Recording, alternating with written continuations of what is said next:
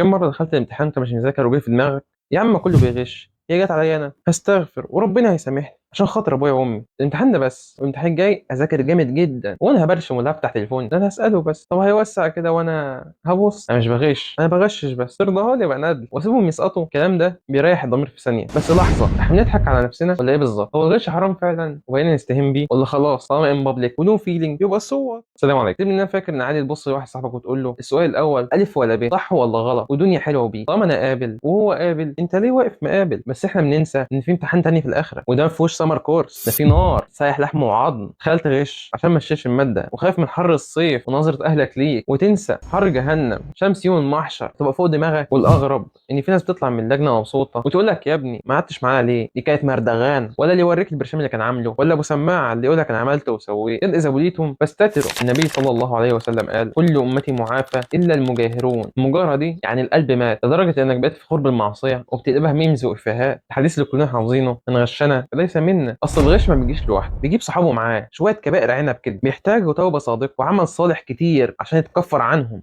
أول ما المراقب بيقول لك طلع اللي معاك تقول له والله ما معايا حاجة، ده حلفان كده. بتسرق مجهود واحد سهر وتعب وبتتساوى معاه او بتعليله بتنسيق، ده ظلم. والاخطر ان الغش ما بيقفش معاك عند اللجنه ولا الامتحان بس، ده بيكبر معاك وبيبقى اسلوب حياه.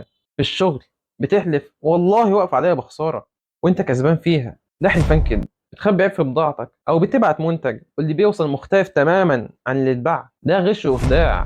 بتغش في الوزن او بتاثر في شغلك وانت واخد مرتبك كامل ولا فلوسك كامله، دي سرقه وغش. وفي حاجه كتير مننا فاكرينها ان هي عادي وهي مش عادي خالص، انك تحضر صاحبك او زميلك في شغل او في محاضرته وهو نايم في البيت. دي شهاده زور وخيانه امانه وكذب وغش وكل نفسك فيه يعني. ده عرض الكومبو، اعمل معصيه وخد 3 هديه. فين تحملك للمسؤوليه؟ ما ذاكرتش ولعبت طول السنه، شيل شيلتك بقى، اكتب الكلمتين اللي تعرفهم واطلع راجل راضي بنتيجتك. بس تبقاش فاشل وغشاش وبجح ويجي واحد يقول لك انا بغش عشان افرح اهلي. بر والدين ده ولا مش بر والدين يا متعلمين يا بتوع المدارس؟ طب ينفع تسرق عشان تاكل عيالك؟ اصل نيه كويسه ما بتصلحش عمل فاسد يا صاحبي.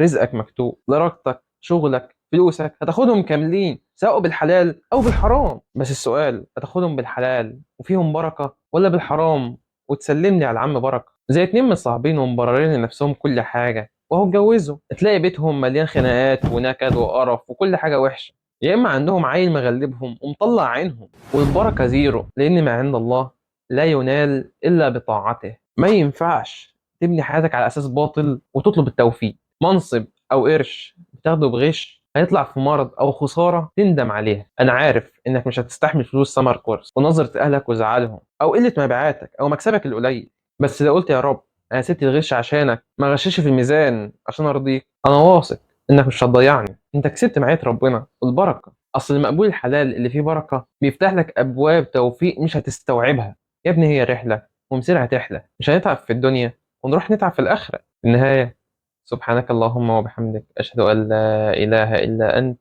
استغفرك واتوب اليك. سلام.